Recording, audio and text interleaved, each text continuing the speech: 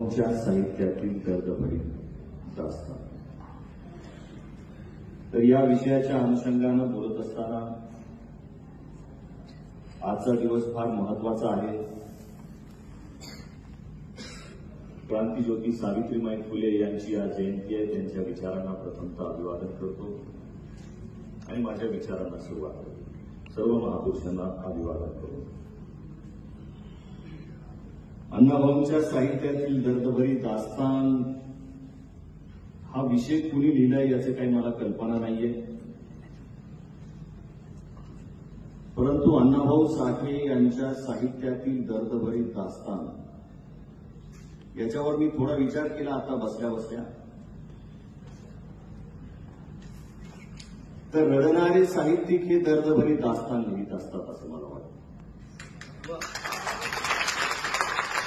आणि लढणारे साहित्यिक ते क्रांतिकारी साहित्य लिहित असतात असं मला वाटतं.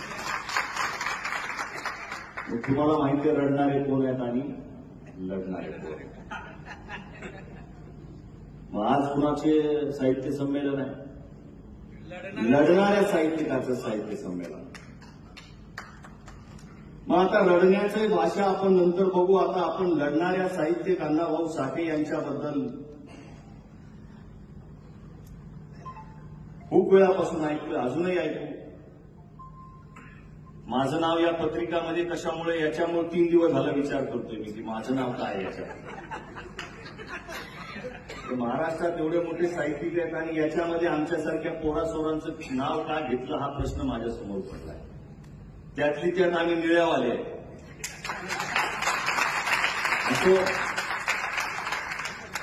सर्वात पहिल्यांदा मी आदरणीय वारे सरांचा या ठिकाणी अभिनंदन करू इच्छितो की आपण बार्टीच्या माध्यमातून या ठिकाणी नवीन परंपरा साहित्य संमेलनाची चालू केली. याबद्दल मी आपला आभार व्यक्त करेन. गोविंद पानसरे साहेबांच्या नंतर जी महाराष्ट्रामध्ये परंपरा होती साहित्य संमेलनाची, जी बंद पडलेली परंपरा आहे, ती आपल्या माध्यमातून चालू व्हायच्या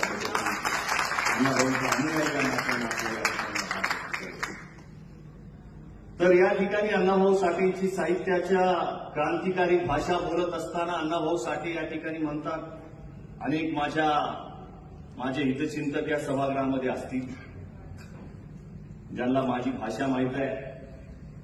तर अण्णाभाऊ साठेंनी या ठिकाणी एका ठिकाणी म्हटलेलं आहे ते मी आपल्याला ऐकवतो. काय म्हणतायत बघा अण्णाभाऊ साठे. दर्द आहे त्यांच्या याच्यामध्ये. काय दर्द आहे बघा. संघाच्या त्या बाशिंगाचे गोंडे तोडाया. काय म्हणतात अण्णाभाऊ साठे. आता बोलवलंय तर मला बोलावं लागेल. याचा पान नंबर, याचं साहित्यिकाचं पुस्तक, अण्णाभाऊंनी कुठं लिहिलंय हे सगळे पुरावे माझ्याकडे आहेत. म्हणजे अण्णाभाऊ साठेंचं साहित्य संमेलन हे म्हणल्यावर त्यांचा आत्मा काय आहे, त्यांची निर्मिती काय आहे आणि त्यांचं अपडेट व्हर्जन काय आहे.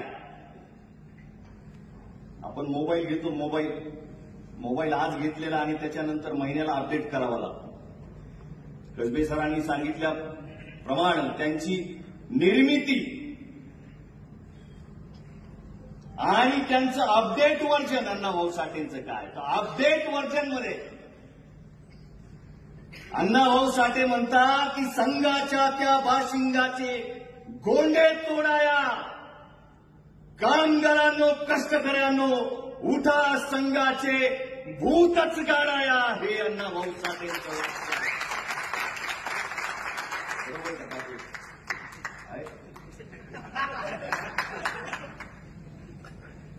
मग हे याच्याबद्दल संशोधन व्हायला लागेल. एकतर याच्यावरच प्रश्नचिन्ह निर्माण केलाय की जग बदल घालून गाव सांगून गेले मज भीमराव. लिहिलंच नाही.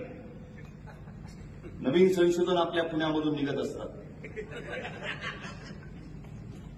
जग बदल घालून गाव सांगून गेले मज भीमराव. अण्णाभाऊ साठेनं लिहिलंच नाही. याच्यावर चर्चा आहे महाराष्ट्रामध्ये. मग आता संघाच्या त्या बाशिंगाचे गोंडे तोडाया. संघ म्हणजे खो खोचा संघ नाही, खो-खोचा संघ नाहीये. तुम्हाला आम्हाला सगळ्यांना माहिती आहे कोणता संघ आहे. आणि मी जर माझा बाप अण्णाभाऊ स्वतः मानत असेल अण्णाभाऊला, तर माझ्या बापाने मला काय सांगितलं मला ऐकावं लागेल का नाही?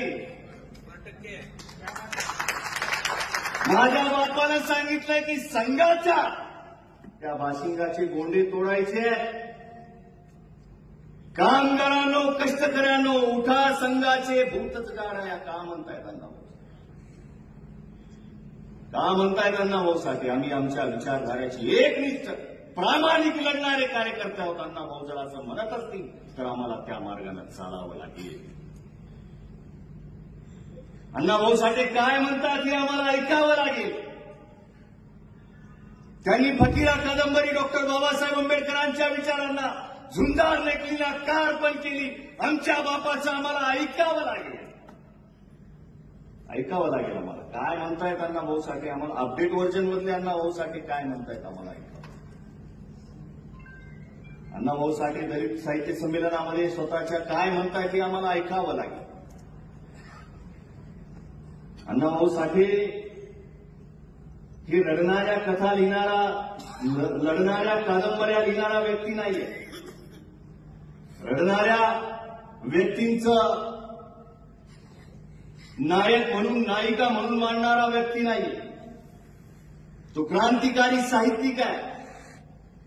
या महाराष्ट्राच्या मातीमध्ये जन्मलेला तो क्रांतिकारी साहित्यातील हिरा आहे.